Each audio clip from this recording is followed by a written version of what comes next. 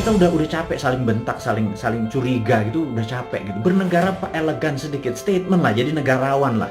Jangan jadi pedagang, oh, ada cuan, ada untung segala macam gitu ya. Ya lu untung, gua kagak gitu ya, apalagi rakyat gitu ya.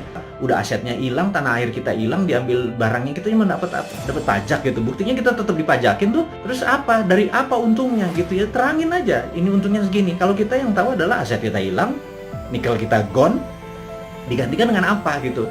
Jangan sampai anak cucu kita bilang, Eyang, dulu Indonesia menghasil nikel ya? Nikelnya di mana ya? Tahu, kita dapat apa waktu nikel itu dijual? Nggak dapat apa-apa, kita dapat virus.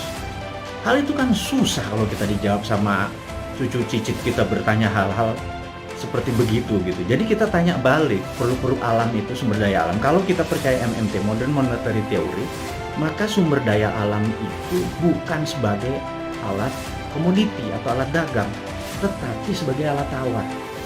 Jadi keuntungannya itu bukan hanya dari jualan, tetapi ada benefit lagi. Jadi di atas financial benefit, Anda para pejabat sekarang tuh apa-apa kan financial benefit. Kita dapat untung, dapat untung. Selalu untung dan cuan gitu ya. Cara bernegara segitu kesannya kayak anak TK gitu ya. Karena kalau cara bernegara di atas keuntungan materi itu ada namanya humanitarian benefit, keuntungan atas nama kemanusiaan. Terus ada namanya nasionalis, keuntungan untuk negara gitu ya. Bukan hanya keuntungan sekedar dari pajak, dari dagang, dari selisih jual beli gitu ya.